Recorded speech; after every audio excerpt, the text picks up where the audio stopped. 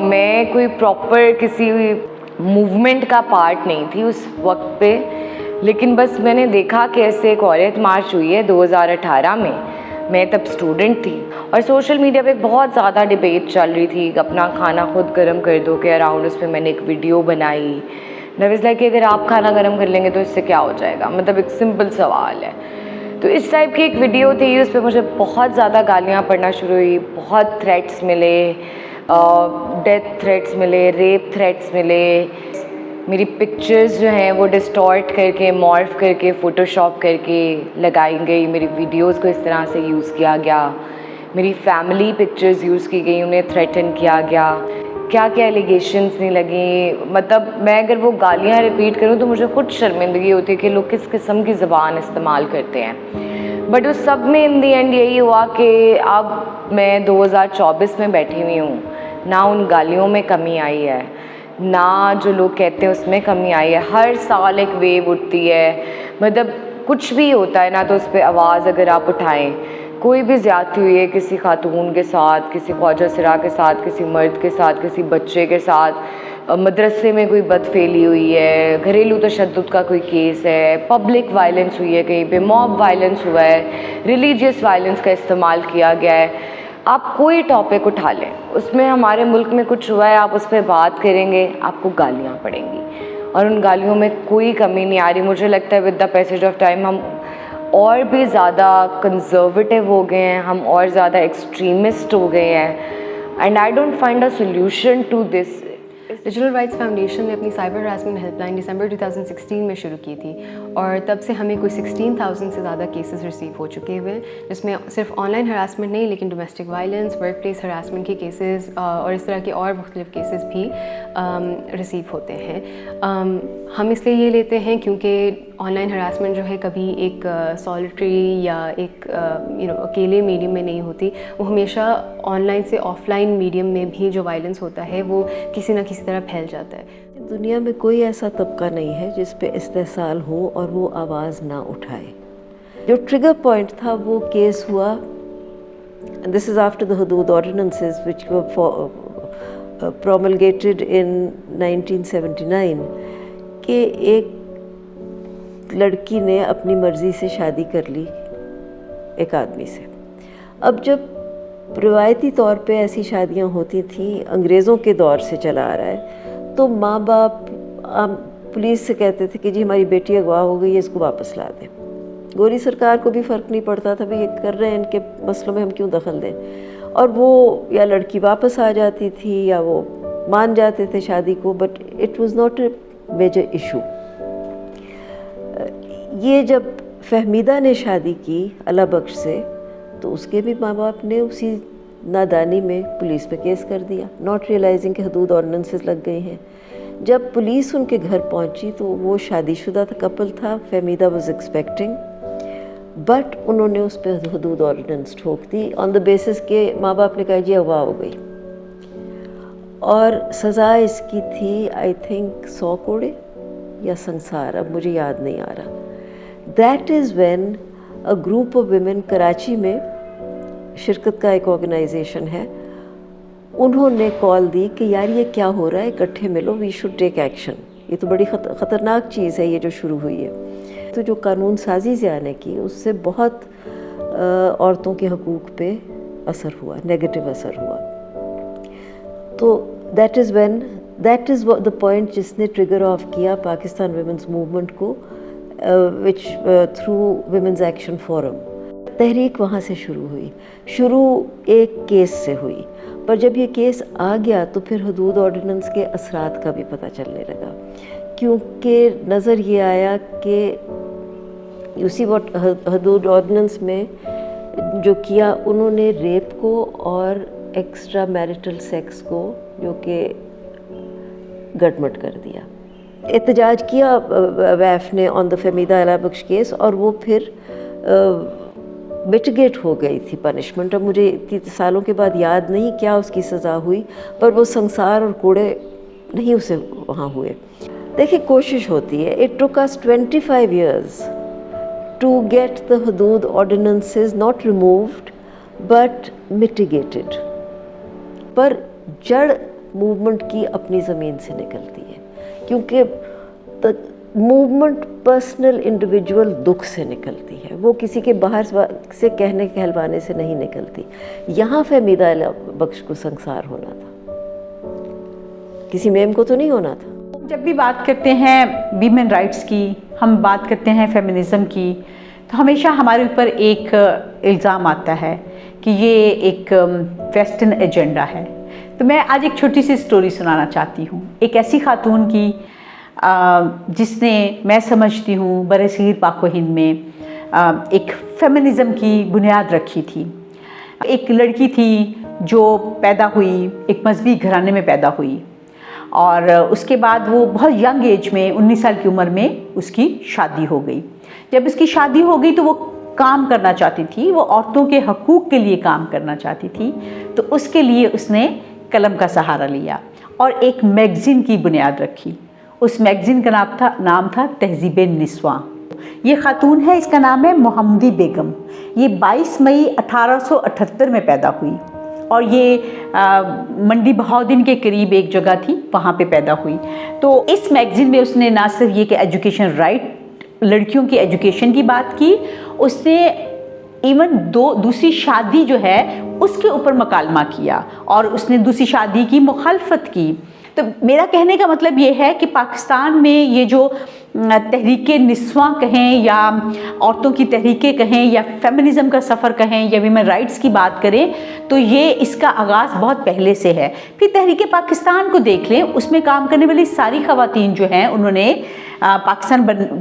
پاکستان کے لیے کام کیا، اور اس کے بعد ایجوکیشن میں کام کیا۔ یہ افواہ کی خواتین دیکھ لیں، فاطمہ جناح کو دیکھ لیں۔ میں ہسٹری دکھاتی ہے وہ یہ کہ جب کوئی پولیٹیکل موومنٹ ہوتا ہے اس میں عورتوں کے لیے بھی جگہ بنتی ہے۔ تو اگر ہم دیکھتے ہیں کہ پورا موومنٹ جو ہندوستان، انڈیوائڈیڈ ہندوستان میں تھا، اس میں جو سیاسی پارٹیاں تھیں انہوں نے پلیٹ فارم دیا۔